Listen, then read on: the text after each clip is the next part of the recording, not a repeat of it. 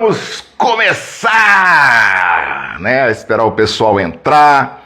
Aula de terça-feira, né? Vamos começar uma aula de terça-feira em homenagem a Jean-Martin Charcot.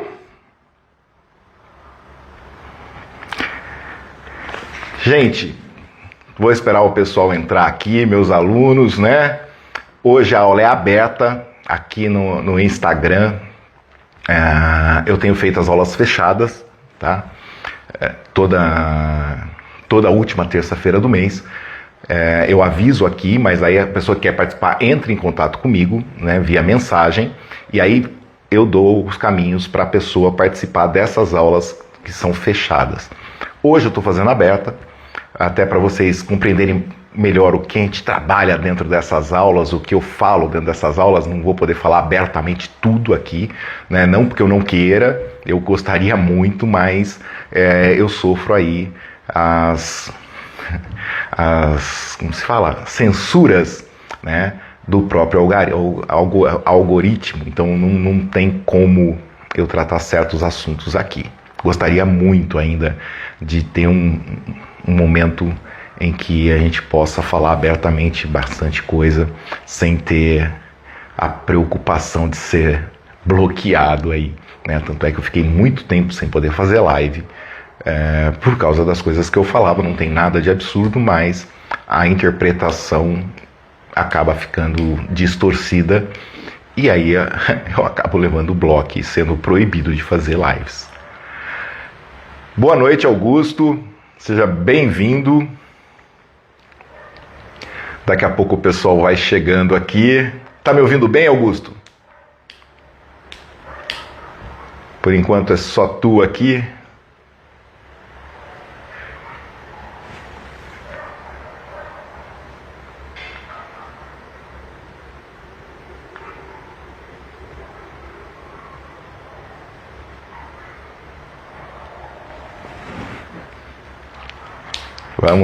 Vamos começando.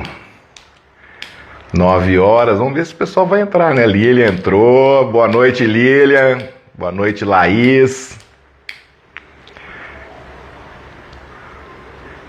E vamos começando, né? Tá me ouvindo bem, Lilian? O áudio tá bom?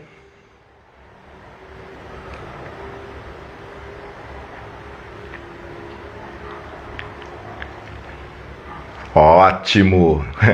Tá tendo um delayzinho aqui entre as coisas, mas tá indo. Bom, eu vou começar essa aula de terça-feira. Gente, as aulas de terça de Jean-Martin Charcot ficaram muito famosas na Saint-Pétri. E, em homenagem a ele, eu resolvi fazer toda a última terça-feira de cada mês uma aula sobre a análise da persona pelos pés e hipnose não verbal. Essas aulas, elas são pelo Zoom, são fechadas. Quem quer o link, basta entrar em contato comigo via mensagem e eu envio, né, como fazer tudo mais.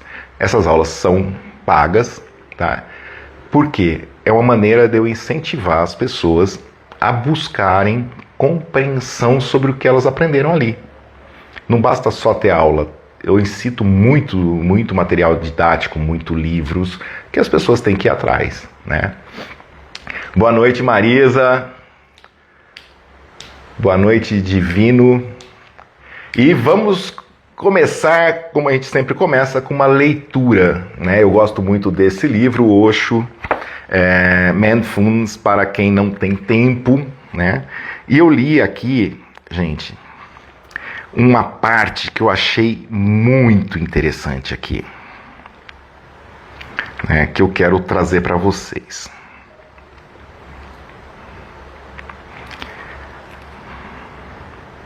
Aqui, ó.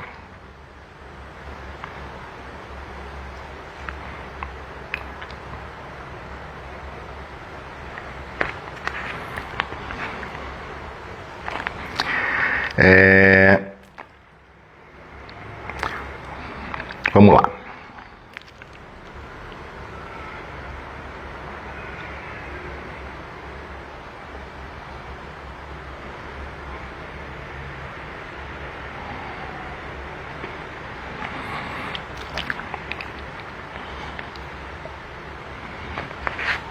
Ele começa a falar aqui, ó, página 128. É possível saber muito sem conhecer a si mesmo. Então é tudo estupidez. O reverso também é possível, conhecer a si mesmo sem conhecer mais nada. Mas, para conhecer a si mesmo, basta ser inteligente. E um homem que se conhece vai se comportar de maneira inteligente em qualquer situação. Ele vai responder de maneira inteligente. Suas respostas não serão uma reação. Ele não agirá tendo por base o passado. Vai agir no presente, vai estar aqui e agora. A mente estúpida sempre age baseada no passado. A inteligência não precisa estar ligada ao passado. A inteligência está sempre no presente. Eu lhe faço uma pergunta. Quem responde é a sua inteligência, não a sua memória. Então você não é estúpido. Mas se apenas a memória responde, não a inteligência, então você não considera a pergunta. Na verdade, não se importa com a pergunta, simplesmente carrega uma resposta pronta. E aqui ele fala um trecho de Nasruddin, né? Foi relatado sobre Mullah Nasruddin que o imperador ia visitar sua aldeia. Os habitantes de lá estavam muito temerosos de enfrentar o imperador, e então todos pediram a Nasruddin: por favor, represente-nos. Né? Somos pessoas tolas, ignorantes, você é o único sábio aqui. Então, por favor, se encarregue dessa situação, né? Porque não conhecemos as maneiras da corte, não sabemos como se portar perante o imperador. E o Nasruddin falou: não, tudo bem, eu vou. Então uma comissão do rei resolveu ir visitar a aldeia um pouco antes do rei chegar, até para ver se estava tudo certo, se ia dar certo ali a chegada do rei, né? E foram falar com o Nasruddin, né? Então, assim, ó,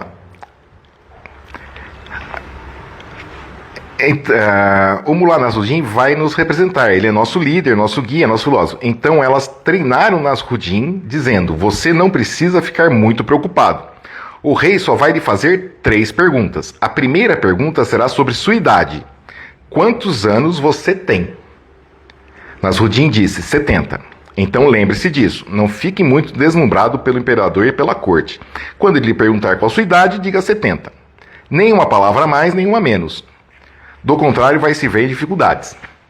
Depois ele vai lhe perguntar há quantos anos vem servindo na mesquita da aldeia.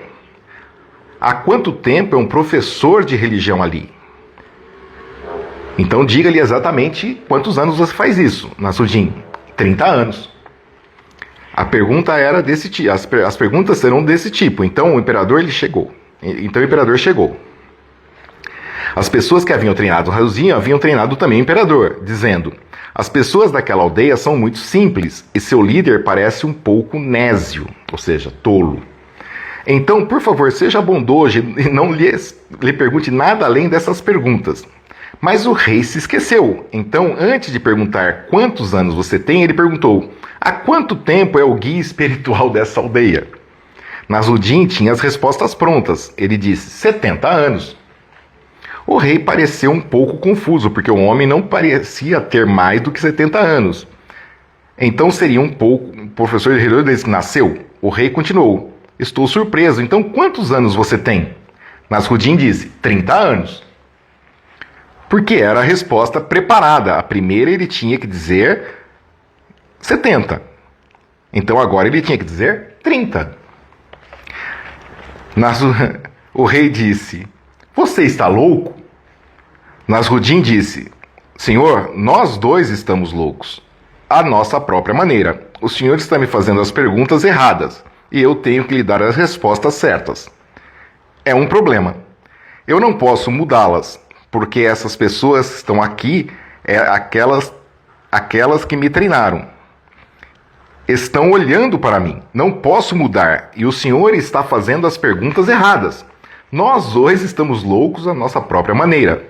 Sou obrigado a responder as respostas certas. Essa é a minha loucura.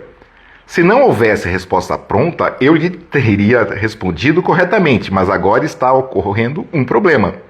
e o senhor está fazendo uma pergunta errada em uma sequência errada. Aí Osho fala, né? Isso é o que acontece com a mente estúpida. Né? Então, aqui eu gosto muito porque o Osho provoca a gente o tempo todo, né? Então, eu gosto muito dos ensinamentos dele e deixo para reflexão de vocês isso. Meus alunos sabem, eu não tenho fórmula de bolo para ensinar. Os alunos que chegam da hipnose verbal vêm com essa característica, né, de qual o protocolo, né, qual a sequência aqui. Não tem. Não tem. Na hipnose não verbal não tem sequência. Eu tenho uma ideia do que eu vou fazer, mas eu não posso ficar rígido a essa ideia. Ela serve só como base de início, né? Fora isso, o resto vai fluir de acordo com o que vai surgindo durante a terapia.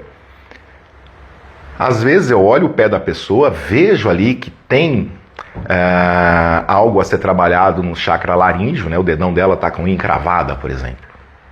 Legal, vamos trabalhar o chakra laríngeo. Só que você começa a trabalhar o chakra laríngeo, de repente o chakra do diafragma trava. Aí você vai no chakra do diafragma, começa toda a explosão de neurose, né? E aí você tem que dar o acolhimento, que é no rosto. Então, você vai fluindo ali de acordo com o que está acontecendo naquele momento. Não tem como você controlar o processo e nem é necessário controlar o processo. A partir do momento que você coloca controle num processo, você está engessando o processo. E o objetivo do meu método terapêutico é o contrário, é desengessar tudo. É quebrar padrões, romper com paradigmas e deixar com que o que é necessário flua. E o que for necessário fluir vai ser acolhido da melhor forma possível. Simples assim. Sem julgamentos, sem preconceito, sem nada. Simplesmente acolho. Esse é um processo totalmente diferente, né? Que é mais ou menos a linha da meditação de Osho, né? A meditação dinâmica de Osho, que é aquela que é mais focada nas catarses, né? Nos primeiros momentos ali da meditação. Bom, basicamente começamos a aula, então deixa eu me apresentar. Meu nome é Irmo Zucato Neto. Eu trabalho com análise da personalidade pelos pés e hipnose não verbal aqui em Campinas, São Paulo. Tá? A análise da personalidade pelos pés eu comecei lá em 1999 com um livrinho chamado A Linguagem dos Pés, de Inri Shomonji, e vim aprimorando essa técnica do Inri, e hoje tenho, graças a Deus, uma evolução muito grande dentro dessa análise, né, que hoje eu chamo de anamnese não verbal através dos formatos dos pés. Antes eu falava até que a técnica dos pés eu via a essência da pessoa, né, e o conflito entre a essência e o ego, que seriam as torções e calos e todas as deformidades do pé. Hoje eu falo que os pés representam os nossos mecanismos de defesa, que nós herdamos das nossas mães, né? Da visão de mundo delas, quando a gente estava ali sendo gerado, literalmente gerado mesmo, a divisão celular estava acontecendo e nós já estávamos sendo influenciados pelo psicobiosistema da nossa mãe, que era muito grande, né? E perto ali a divisão estava acontecendo e era influenciada pelo todo, e essa influência do todo vai moldar o formato do seu pé.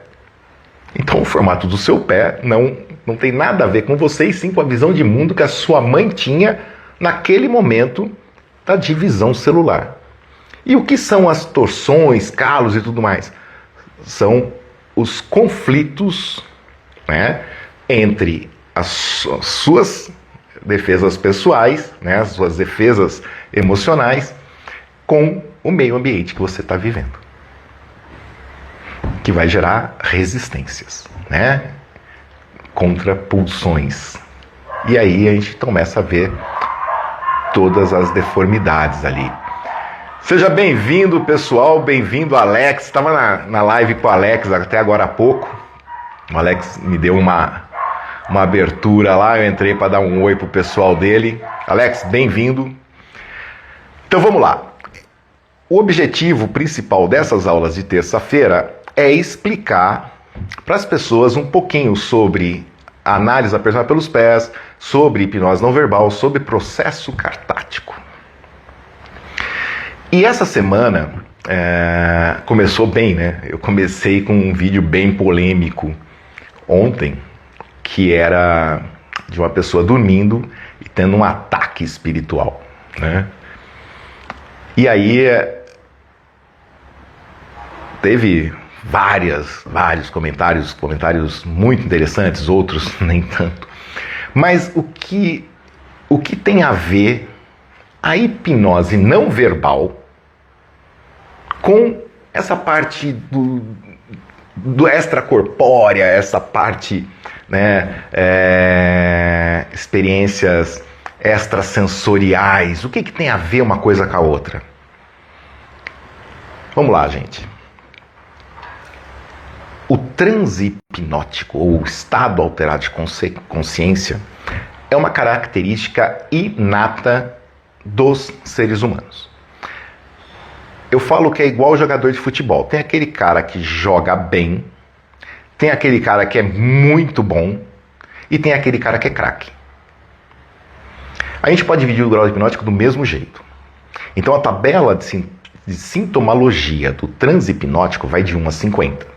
Então, de 1 a 30, a gente chama de letárgicos. Seriam aquele jogador bom. O cara treina pra caramba e é bom.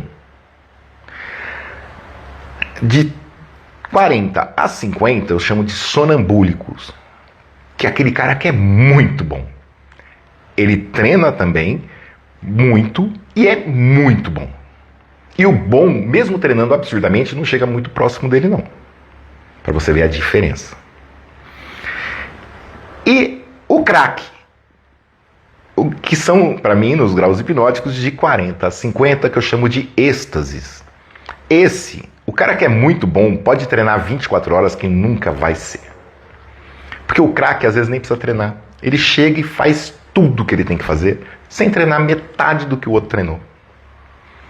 Porque é dele, é nato.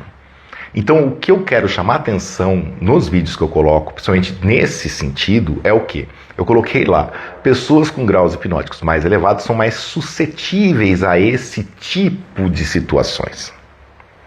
Por quê?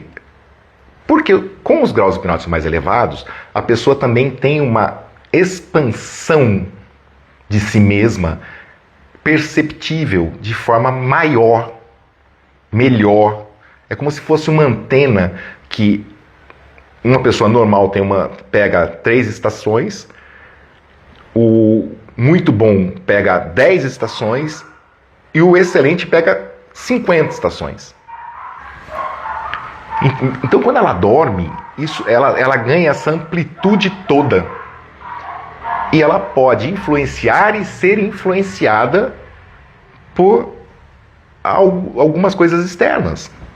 O nome que isso vai dar depende da sua crença. Uns vão chamar de espíritos, outros vão chamar de ectoplasmas, outros vão... Depende da sua crença, depende do que você aprendeu. Não tem um nome científico para isso ainda. Isso não foi medido cientificamente, não tem aparelho para isso. Quando tiver, eu vou chegar para vocês e falar. Mas hoje, cada um vai dar um nome, porque é baseado na crença da pessoa. Por isso que dá tanto problema, tanta briga, porque às vezes as pessoas estão falando até a mesma coisa com nomes diferentes e estão se degladiando, porque o nome mais correto é esse do que aquele. Isso não faz muito sentido, porque o fenômeno continua acontecendo. E a pessoa que está vivenciando continua sem saber por que está vivenciando. Né? Então vamos tratar o fenômeno como real e trabalhar a pessoa, porque as dores dela são reais, e pronto. O fenômeno ocorre em vários lugares do mundo, então é um fenômeno real. Ocorre. pessoa, querendo ou não, ocorre. Ela vai ser vítima daquilo. E por que é tão estranho para ela falar que é vítima daquilo? Porque 70% das pessoas não são. E 70% é a maioria. Então, imagina, para esses 30% das pessoas que têm graus hipnóticos mais elevados, que seriam os sonambúlicos 25 e o êxtase 5, para eles é muito difícil explicar para esses 70 o que está passando, porque esses 70 não vivenciaram aquilo. Tem pessoas que o normal dela é vivenciar fenômeno paranormal dentro da casa dela o tempo todo. E tem pessoa que vai morrer e nunca viu um fenômeno paranormal. Agora, qual o percentual de pessoas que vivenciam fenômenos naturais daquelas que não vivenciam fenômenos naturais, paranormais? 70%. 70% não. Versus 30% que sim. Então é muito fácil falar que é mentira. Porque a maioria vai falar que é mentira. A maioria não vivencia. E, gente, o que a verdade, ela é um acordo implícito criado pela maioria que pensa igual. Isso é verdade. Por isso que a verdade muda. Porque conforme muda a maioria, muda a verdade também. Então é bem interessante quando eu coloco esses vídeos, ver a repercussão que esses vídeos produzem, porque me dá a brecha para explicar para as pessoas. Vamos lá. Jean-Martin Charcot foi um dos primeiros a se deparar com um problemão relacionado a isso que eu estou falando. Por quê? Ele tinha lá, dentro do hospital da Saint-Pétré, 3.000 histérico-epiléticas. Ou seja, tinha histéricas misturada com epiléticas, que ele chamava de histeroepiléticas. Mas por que isso? Por que não dava para separar? Primeiro, porque não tinha uma máquina de ressonância funcional magnética naquela época. E segundo, os sintomas eram idênticos. A convulsão epilética do epilético e a convulsão que o histérico emulava era idêntico. Não dava, olhando, para saber qual que era um, qual que era outro. E ele foi um dos primeiros a conseguir separar uma da outra. Sabe como? Ele descobriu que, dando um toque aqui no meio do peito, a histérica parava de se bater. A epilética não. Então, ele descobriu como começar a separar o que era um fenômeno histérico do fenômeno epilético. Ele foi um dos primeiros a fazer isso. E é óbvio que daí ele começou a se interessar muito pela histeria e pela capacidade da histérica em emular essas coisas. Nas aulas dele de terça-feira, ele pegava duas pessoas, colocavam elas em transe, e vamos supor, uma era gaga e a outra era manca. Ele colocava em transe e trocava os sintomas. Aqui era gaga, ficava manca, e aqui era manca, ficava gaga. E ele ensinava isso para os alunos dele, né? Tanto é que Freud foi aluno de Jean-Martin Charcot. Freud aprendeu hipnose. Charcot era um excelente hipnotista. E Charcot, ele começa a trabalhar a hipnose e trabalhar os estímulos sensoriais que produziam o transe hipnótico. E naquela época, gente, óbvio, ele não tinha todos os recursos que a gente tem hoje, não tinha as noções que nós temos hoje. Então ele pegava flecha, aqueles flashes que era na época, 1800, lá vai fumaça, que era com pólvora, e pau, no rosto da pessoa. Ele cegou muita gente, né? Ele pegava aqueles pratos de orquestra, né? Aqueles, e bem, no ouvido da pessoa. Então ele deixou muita gente surdo também. Então, assim, ele fez muitos experimentos, machucou muita gente, mas trouxe uma contribuição valiosa para dentro da neurociência. A gente tem que lembrar que ele tinha uma mentalidade, né, do século XIX. E ele trabalhava dentro com o que ele tinha.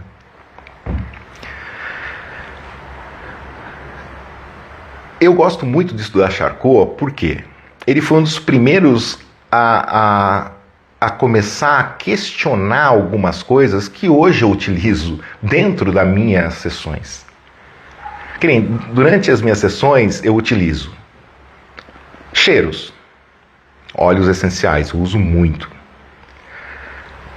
Sons, desde sons meus que eu produzo com a boca, como sons tocados mesmo, e músicas diversas, de A a Zinco, né? Luz, eu uso muitos jogos de luzes, né? Estrobo piscando durante as sessões. A pessoa está de olho fechado, mas ela percebe os clarões, tá? Ainda mais quando ela está com o olho virado, a pálpebra tá, assim, o olho fica mexendo dentro da pálpebra, então ela consegue perceber esses flashes que auxiliam bastante. E toques, né? E falar em toques, vamos lá. A hipnose não verbal, que é a minha metodologia de trabalho, é diferente da verbal, por quê? No meu método não tem palavras. Eu preciso tocar o corpo da pessoa e ir destravando o que eu estou vendo de tensão. E espremendo o que eu estou vendo de flacidez. Então exige toque. E aonde são esses toques? É bom essa colocação aqui. Eu vou usar o meu bonequinho aqui, ó. Os toques, na minha metodologia de trabalho: olhos, né? Coração ocular. Boca, eu vou trabalhar toda essa parte da boca e nuca. Cervical, vou trabalhar essa parte. Torácica, vou trabalhar essa parte. Diafragmática, boca do estômago, vou trabalhar toda essa parte. E quando eu falo toda essa parte, gente, é toda essa parte mesmo, frente e costa. Porque a couraça é como se fosse anéis. Então imagina um anel aqui, travando essa musculatura. Eu tenho que causar o afrouxamento dessa musculatura. Quando ela afrouxa, toda a tensão que estava aqui sobe, como fluxo emocional. Por isso tem pessoas que quando eu solto isso aqui, começam a berrar absurdamente. Berra absurdo. E eu, em vez de mandar aquela boca, é o contrário. Faz isso, põe pra fora, berra. Assim, quem trabalha do lado do meu espaço já está até acostumado, então não tem problema, tá? Eu não ligo, mas acontece berros absurdos. Abdômen, soltar bastante essa parte do abdômen. E pelvis. A pelvis, aqui ó, imagina a roupa íntima, seja cueca ou calcinha. Eu vou trabalhar exatamente seguindo o elástico dela. Aqui e aqui. Não precisa tocar lá nas partes, mas o elástico dela eu vou seguir. Soltando toda e afrouxando toda essa musculatura. Tanto na frente quanto atrás. Ok? Às vezes eu vou colocar a pessoa... Gosto desse bonequinho absurdo. Eu vou colocar a pessoa em posição fetal e eu vou dar toque. Por exemplo, pessoa que tem cócega, eu vou dar toque nos pés, junto com o toque no rosto de acolhimento. Né? Então ela tem que ficar nessa posição. Muitas vezes eu vou apoiar o pé dela no meu corpo, tá? Apoiar o pé dela no meu corpo e vou incentivar o processo dela de soltura da pelvis. Então eu vou trabalhando deste jeito. Então a hipnose não verbal dentro da minha metodologia de trabalho é extremamente desafiadora para vítimas de abuso que têm problemas de contato.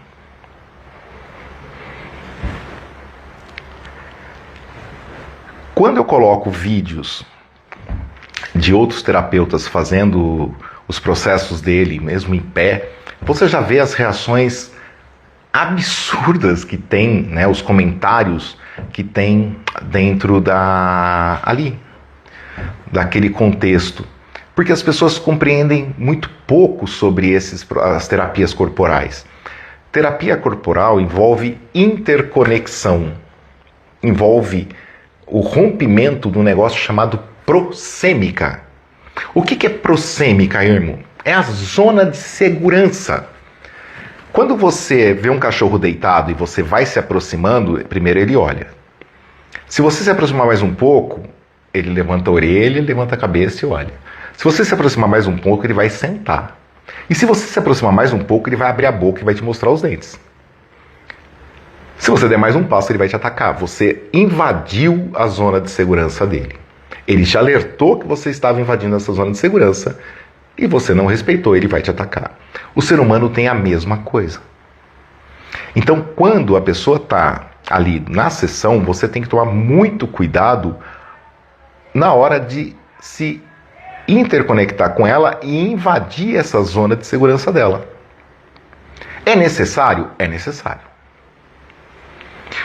Por que é necessário? Porque quando eu consigo invadir essa zona de segurança e consigo dar os toques de acolhimento, principalmente quando a pessoa na posição fetal, eu consigo recriar vínculos viscerais de segurança. E essa é a chave da minha metodologia de trabalho. Recriação de vínculos de segurança visceral. A hipnose não verbal, eu não vou voltar lá no passado, no útero, e modificar nada. Não tem fala. Eu não posso dar um comando para isso. Mas eu posso, ali, durante a sua sessão, recriar pontos de conexões viscerais que você, às vezes, não possui, e você começará a lidar diferente com as mesmas situações que antes te atormentavam, dali para frente. Esse é o objetivo. Vocês estão me acompanhando? Estou indo muito rápido, estou falando grego. O que vocês estão achando? Quero ver aí, gente. Vai colocando os feedbacks para mim aí, para eu ter uma noção do que eu tô e para onde eu vou.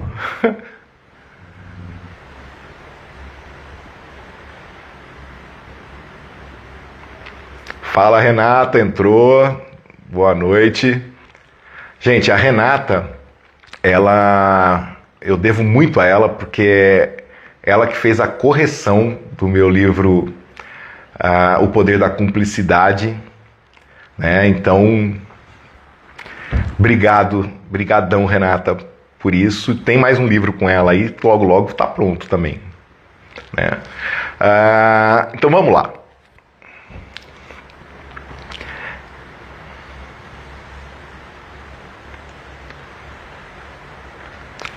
Jorge, eu não vou poder abrir a solicitação para participação ao vivo, porque se eu abrir para um, vou ter que abrir para várias pessoas, tá? Então, infelizmente, essa noite não vou conseguir fazer isso. Vamos lá, gente. Então, voltando. O transe hipnótico, ou estado alterado de consciência, ele envolve 3 fases. Então, a minha sessão, ela tem, a gente pode dividir ela em 3 fases. Indução ao estado alterado de consciência, o transe alterado ou estado alterado de consciência propriamente dito, e a saída dele.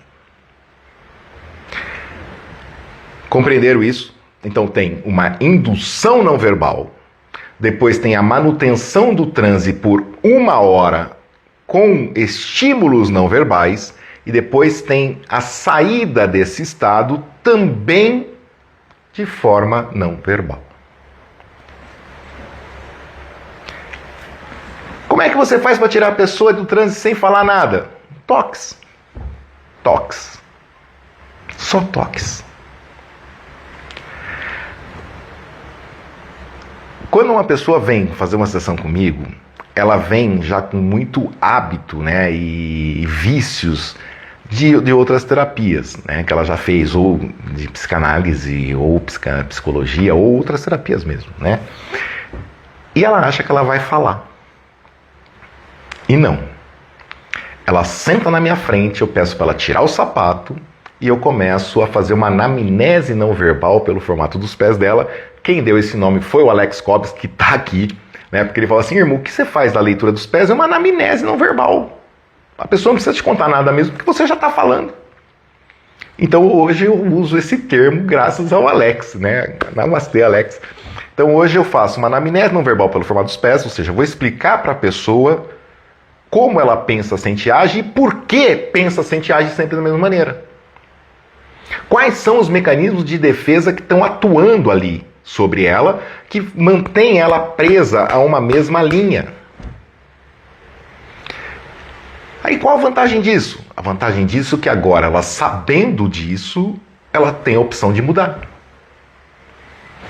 Se você não sabe o que deve mudar, você vai mudar o quê?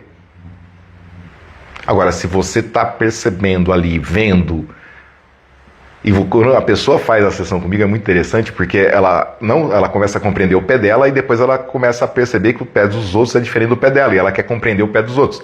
Quanto mais ela faz isso, melhor ela fica, porque mais segura ela se sente frente ao outro. Olha que interessante isso, né?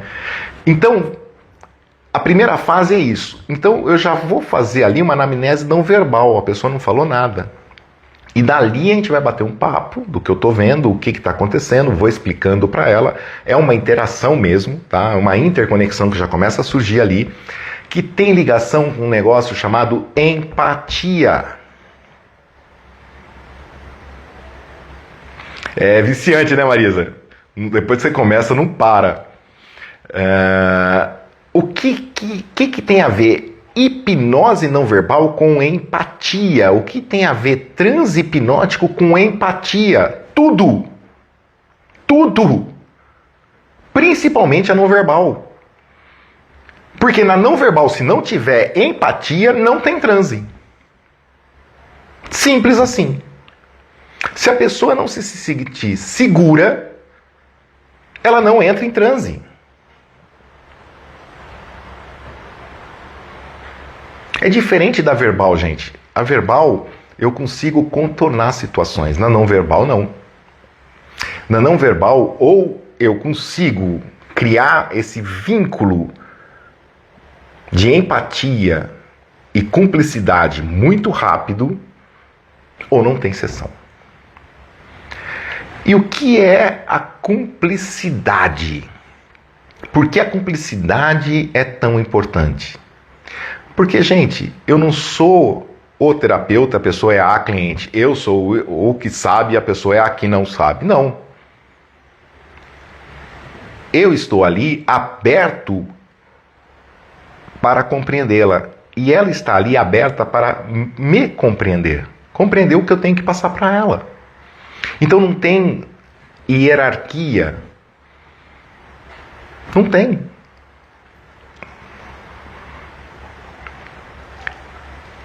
Exatamente, Marisa. Não só para sentir o momento de acolher, como também sentir o momento de estimular. Porque não é só acolhimento, gente. Muitas vezes eu tenho que provocar. E eu provoco.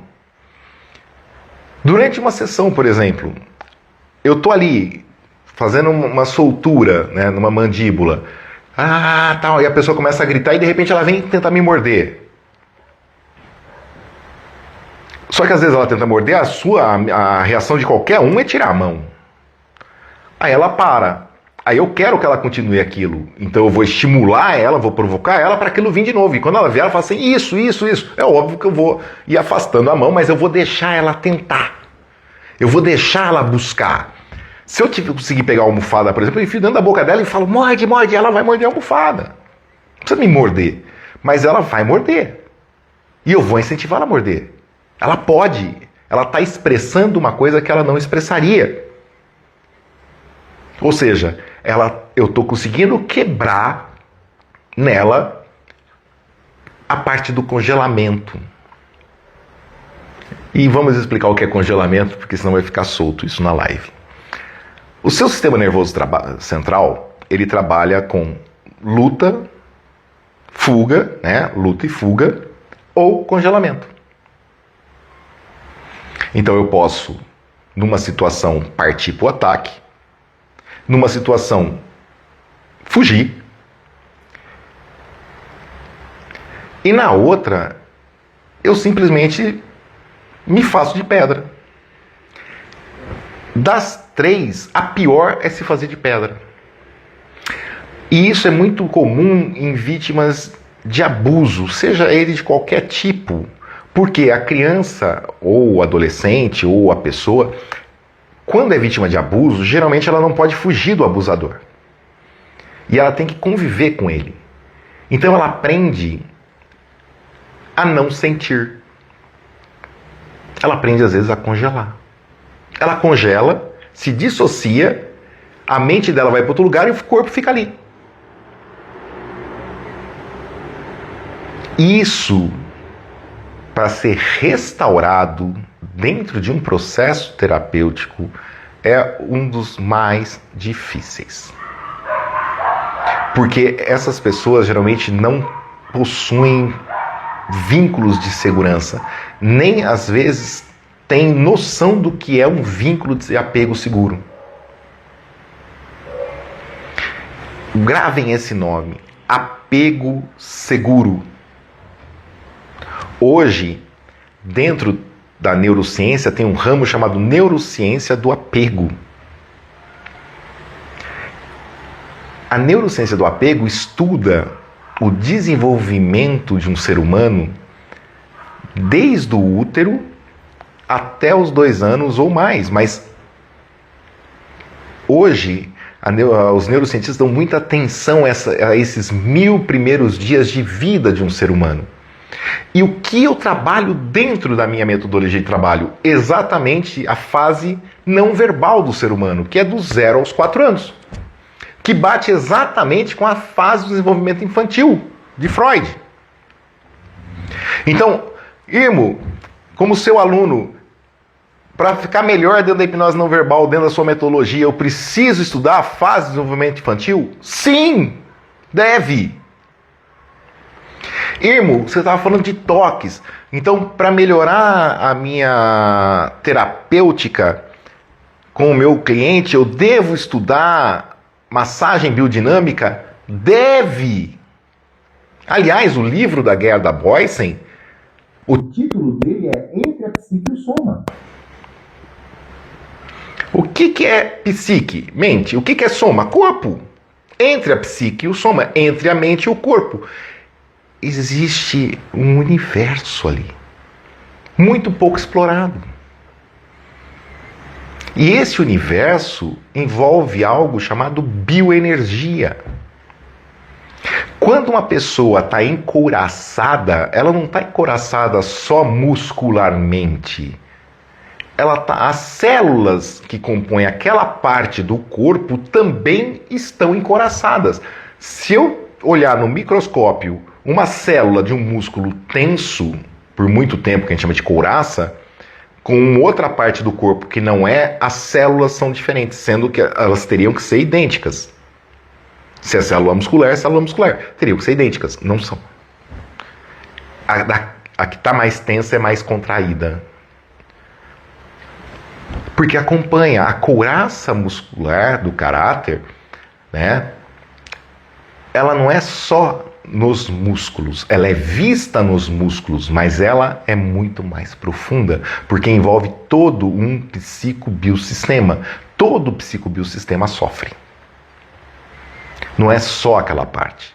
E quando a gente trabalha a liberação disso, vem todas as exclusões de neurose via processos cartáticos, ou seja, o corpo adquire movimentos involuntários que visam o afrouxamento daquilo e liberação das emoções travadas ali. E isso traz uma melhora brutal. Quando a pessoa consegue liberar a carga emocional atrelada àquelas tensões musculares, é como se ela abrisse a válvula de uma panela de pressão. Então dá aquele alívio num primeiro momento. Se junto com o alívio vem o toque de acolhimento e uma recolocação corporal dela no espaço, ela adquire uma nova postura baseada em segurança visceral, ou seja, com alicerce, ela pode manter aquilo dali para frente. É o que eu posso mudar, gente. Eu só posso mudar o presente. O passado já foi, o futuro é uma incerteza. Eu só posso mudar o presente. Eu só posso trabalhar aqui, com o que eu estou vendo ali. Por isso que não tem como eu criar um protocolo ou criar uma estratégia de atendimento terapêutico, porque eu não sei o que vai ser na próxima sessão. E, aliás, eu não sei como ela vai estar na próxima sessão, eu não sei como eu vou estar na próxima sessão. O meu estado influencia o dela e o dela influencia o meu, na exata medida. Então, eu falo muito isso. Se você está vivenciando um processo, vivencie ele por completo, porque não espere para a próxima para aprofundar, porque na próxima pode ser outra coisa totalmente diferente e aquele nunca mais vai voltar. É bem interessante isso dentro do que eu vivencio, né, no setting terapêutico, no ambiente de trabalho. É isso. Pode ser a mesma pessoa, eu posso ter feito 10 sessões com ela, nunca vai ser igual. Nunca vai repetir uma sessão. Dificilmente eu vou repetir assim, até os movimentos dela ali serão repetitivos. Dificilmente. Porque o estado dela muda, né? Conforme ela muda.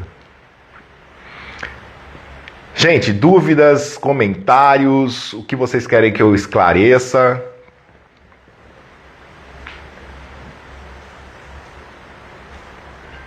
Vamos lá, tô lendo aqui.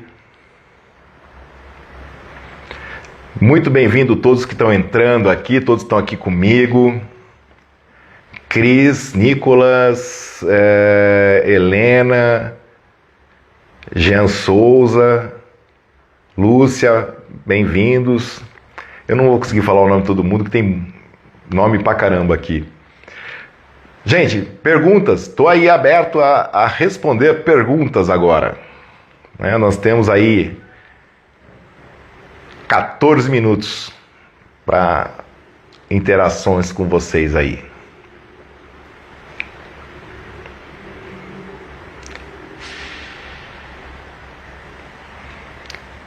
Não tem pergunta, gente? Eu fico com muito medo quando vocês não têm perguntas. Que nem uma coisa que vale a pena deixar aqui. Às vezes eu falo muito de passar esmalte nos pés, né? Que cor de esmalte você passa? Você passa vermelho? A mulher brasileira, ela tem como hábito passar branco. Ou nem passar. Na mão ela passa qualquer cor, no pé não. Nos Estados Unidos já é diferente, você vê a mesma cor na mão dos pés. Mas por que? Sim, Silvia, os pés mudam conforme a pessoa vai melhorando, sim. Tá? Por quê? Vamos supor, a pessoa chega para a sessão, ela está com os dedos em forma de garra, virados para baixo. Conforme eu vou trabalhando as couraças, esses dedos vão esticando. Tem pessoas que perdem os sapatos. Elas chegam usando 36, 37, depois, com o passar das sessões, os dedos esticam, né? Então ela vai para 38, 39, ela perde os sapatos. Então, passar esmalte nos pés tem ligação com a repressão educacional que a pessoa recebeu. Olha que louco. Ela passa branco, ela vai justificar N coisas para passar branco, porque ela não pode passar outra cor. Porque quem passa outra cor não é bem falado. Mas ela sabe disso consciente? Não, é inconsciente.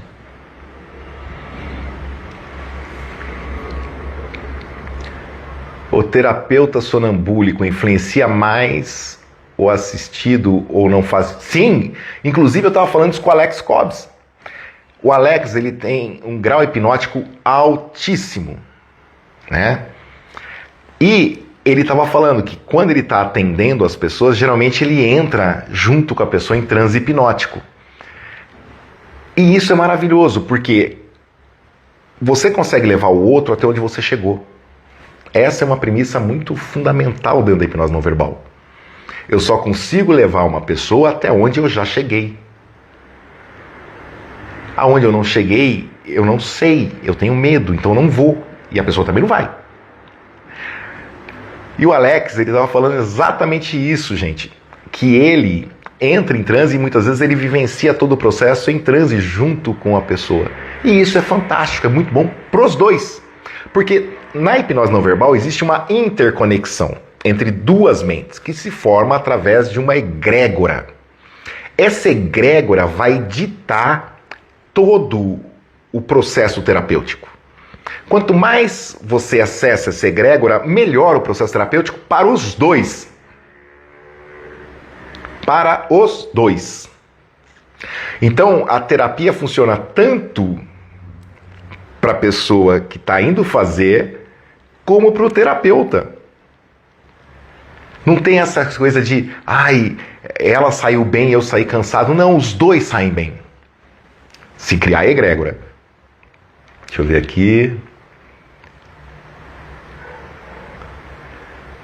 No filme Uma Família Quase Perfeita mostra bem o congelamento da menina na hora do abuso. Exatamente, Marisa. Vale muito a pena vocês assistirem para perceber isso. Silvia colocou brincadeira, ela colocou aqui. Os pés mudam, sim, tal. Posso melhorar minha unha defeituosa, então? Pode, Silvia. Pode. Porque o que acontece? Essa unha é um reflexo, às vezes, de um chakra. Né? Se uma pessoa tem, por exemplo, uma unha defeituosa no dedão do pé, conforme ela vai melhorando a relação dela com a coraça cervical e o chakra laríngeo, e isso aqui vai voltando a ter um fluxo bioenergético saudável, muitas vezes a unha também melhora, desaparece, tá? O que tinha lá no problema.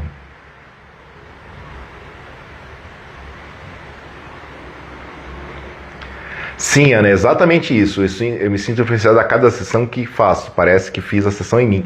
E na verdade a gente nunca faz algo só para o outro. Não tem como.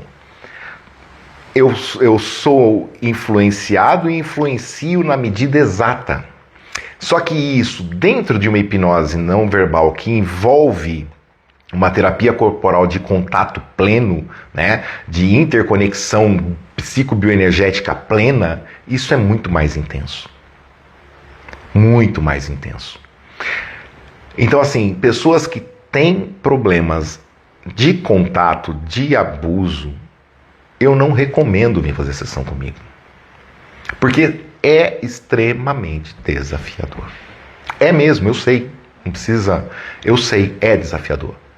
Tá? Então eu recomendo que comece com outros métodos menos assim, invasivos, né? Menos traumáticos, e depois, com o tempo, vai evoluindo até conseguir chegar a fazer uma sessão desse tipo. A joanete, o osso nunca vai desaparecer, dependendo do tamanho, Marisa, mas o dedão volta. Né? Porque o dedão, às vezes, com a joanete fica para dentro, né? Então o dedão volta, você vê que ali existia uma joanete, mas não tem mais, tá? Assim, não tem mais aquela torção, o osso tá ali meio soltadinho e tal, mas não é algo que tá vivo, né? Ela não dói mais, é bem interessante. Josué, boa noite. Sim, eu tenho de e-book, inclusive tem os links dos e-books estão aí na bio do Instagram, né, que é aquela página pessoal ali de abertura. Lá tem o Beabá da Análise da Persona pelos Pés, que é a digital, muito bom, que vai explicar a base da técnica ali com relação aos chakras, às cores, né? Eu deixei bem atualizado com relação a isso, vale muito a pena. Tem o livro físico, né, da Análise da Persona pelos Pés, Sementes e Ideias. Ele é mais horizontal, né, onde eu trago várias situações onde dá para colocar a técnica. E os e-books mais ligados à hipnose, que hoje tem o poder do processo cartático e o poder da cumplicidade. Boa noite, Josué, boa noite. Josué, falamos de você ontem, Josué. Eu e Lilian estávamos comentando. A Lilian fez a primeira sessão não verbal, né, lá com o cliente, e ela estava falando muito sobre como foi a sessão, e lembramos da sua primeira também. Porque o processo não verbal é extremamente desafiador, gente, para quem está começando. É mesmo. Porque você está inseguro, né? A primeira sessão. Lembra que eu falei que a pessoa sente o que você sente? Ela sente também isso. Então, e você sente o dela também. Então é muito interessante, porque eu falo que são dois seres aprendendo um processo que vai melhorar a vida dos dois. Se você levar nesse segmento, vai fluir sempre. Sempre a sessão vai ser positiva. Eu falo que a gente tem que exercer a arte de voltar a ser criança, de voltar a ter a capacidade de explorar, principalmente durante a sessão da hipnose não verbal, dentro da minha metodologia de trabalho. Quanto mais você se der o direito de ser explorador, de ser curioso, de querer vivenciar com o outro experiências legais, melhor é a sessão. Mas para isso você tem que fazer as pazes e a reconexão com a sua criança interior. E isso passa por se livrar das cócegas nos pés. As cócegas nos pés estão ligadas, né, à fase intrauterina, onde você chutava o útero de um lado e batia a cabeça do outro. Então você registrou a vida intrauterina na sola dos pés. E uma mãe que passa uma gestação mais conturbada, ela fica com o útero gelado, tenso, né? E o bebê chuta aquilo, não é tão gostoso, né? Então, cócega nos pés na vida adulta, eu falo que a pessoa é mais adultinha, então brincadeiras infantis irritam elas. Elas não conseguem acessar essa criança interior. É a primeira coisa que eu trabalho dentro da terapia, é essa solução com relação às cócegas. Essas cócegas têm que desaparecer, né? Para eu poder restaurar esse processo de reconexão com a criança, com a reconexão com o explorar, com a curiosidade, com a inocência e até com a empatia. Por isso que as pessoas falam assim: nossa, mas a minha relação com os outros melhorou drasticamente. Sim, porque melhorou a empatia. Ela agora está mais empática porque ela tem mais segurança. Porque ela conseguiu criar ali comigo vínculos saudáveis que se contrapõem aos que ela não tinha.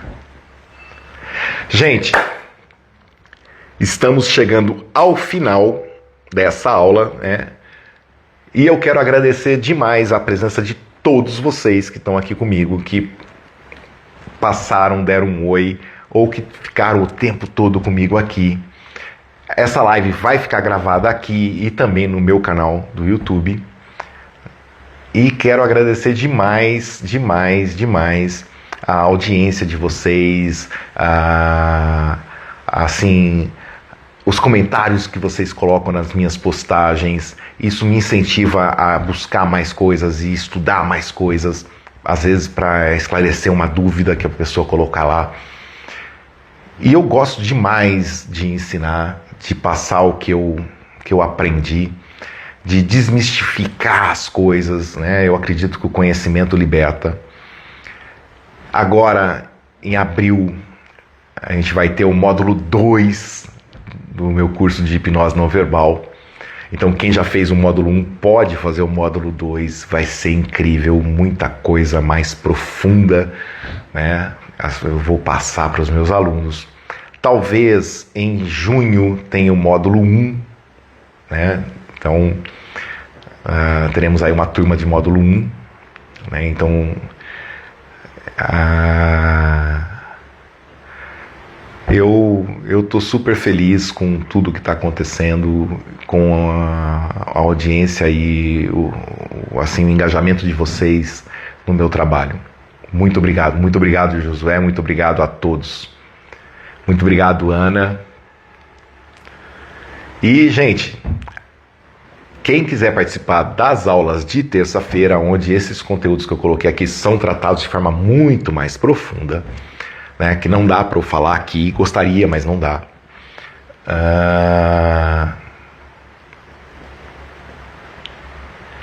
E aí o que acontece? Obrigado, é isso aí, Marisa, tá quase aqui. Quem quiser participar dessas aulas, elas ocorrem toda a última terça-feira de cada mês. Basta entrar em contato comigo, porque essas aulas têm um investimento. Não é nada absurdo, mas tem um investimento. E aí você vai receber um link e vai ser pelo Zoom. Lá a gente tem muito mais liberdade para falar e explorar e se aprofundar em vários segmentos de temas aí, às vezes muito controversos, para ser falado em público também, né? Beijão a todos vocês, namastê e até amanhã. Nas minhas postagens de amanhã eu vejo vocês. Beijo, tchau, tchau, gente.